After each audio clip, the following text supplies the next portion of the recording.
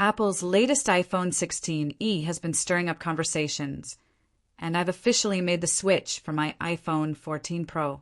But was it really worth it? Is it the right upgrade for you? In this in-depth review, I'll break down why I moved to the 16e, its standout features, and whether it truly justifies the $599 price tag. A fresh take on the iPhone 16e. At first glance, the iPhone 16e might not seem like a game changer, but for me it is.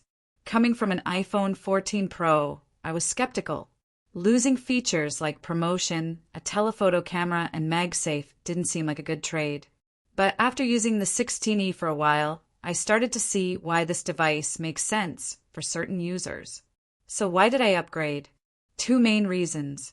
Battery life. My iPhone 14 Pro's battery health had dropped to 77%, making it impossible to get through a full day without charging.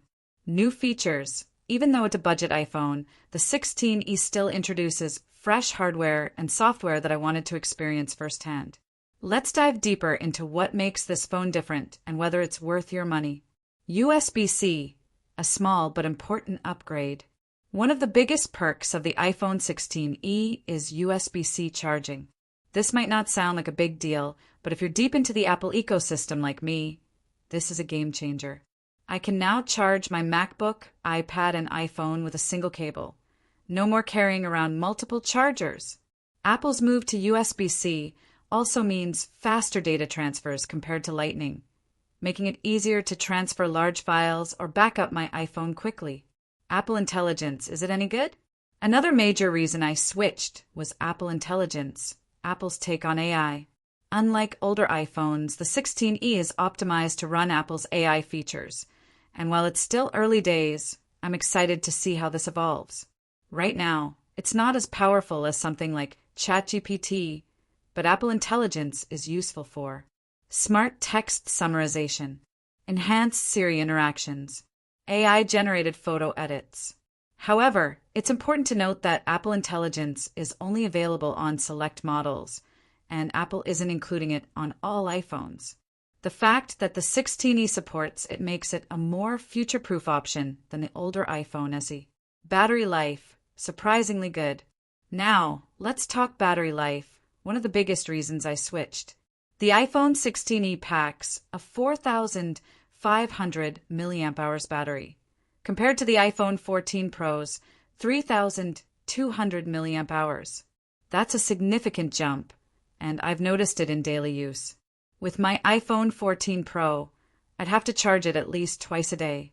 With the iPhone 16e, I can easily get through an entire day without needing a top-up.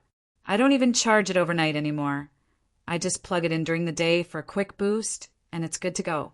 The trade-offs, what you lose. Of course, not everything about the iPhone 16e is better. There are some trade-offs. No MagSafe. One of the biggest drawbacks for me was the lack of MagSafe.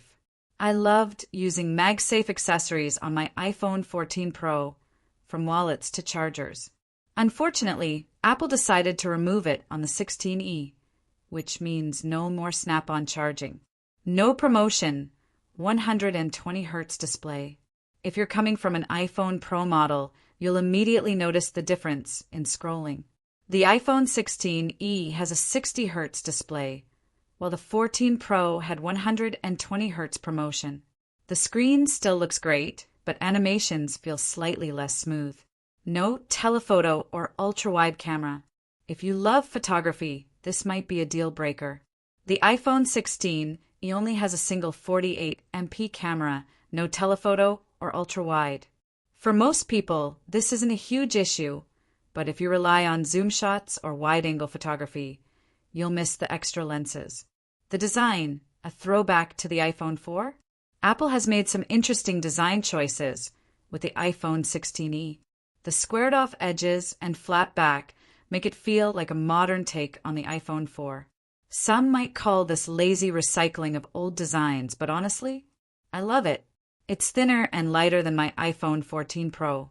The aluminum body makes it easier to hold compared to the heavier stainless steel. It may not be as flashy as the Pro models, but it gets the job done. Should you buy the iPhone 16e? The iPhone 16e is not for everyone, but if you fall into one of these categories, it might be worth considering. White heavy check mark, you should buy the iPhone 16e if. Heavy check mark, you need better battery life than older models. Heavy check mark, you want Apple Intelligence without spending pro-level money. Heavy check mark, you like the lighter, more compact design. Heavy check mark, you're upgrading from an older iPhone SE, 11 or 12. Cross mark, you should skip the iPhone 16e if. Cross mark, you need pro-level camera features like telephoto and ultra-wide. Cross mark, you want a 120Hz display for smooth scrolling. Cross mark, you use MagSafe accessories daily. Cross mark, you can wait for the iPhone 17. Alternative options, should you wait? If you're thinking about upgrading but aren't sure about the 16e, here are a few other options to consider. 1. Buy a refurbished iPhone 15 Pro. Amazon sells certified refurbished 15 Pro models for around $690. You get MagSafe 120Hz promotion and a telephoto camera. 2. Wait for Apple's official refurbished store. Apple usually sells previous gen models at a discount with a 1-year warranty. Expect to see refurbished iPhone 15 Pro models for around $679 in a few months. 3. Hold out for the iPhone 17. The iPhone 17 lineup is expected in September with major design and camera upgrades. If your current iPhone is still working, waiting might be a better long-term decision. Final thoughts. Was it worth it? For me, upgrading to the iPhone 16e was a temporary but necessary move. My 14 Pro's battery life was dying, and I didn't want to wait for the iPhone 17. But I'll be honest, this phone is a bit of a weird release from Apple. At $599, the iPhone 16e feels a little overpriced for what it offers. It's great for battery life and USB-C, but it lacks some key Pro features. If you're already using a recent iPhone, I wouldn't rush to upgrade. That said, I'll be using the iPhone 16e as my daily driver until the iPhone 17 comes out. By then, I'll decide whether to sell it or keep it as a backup. Would you upgrade to the iPhone 16e? Or would you wait for the next big thing? Let me know in the comments.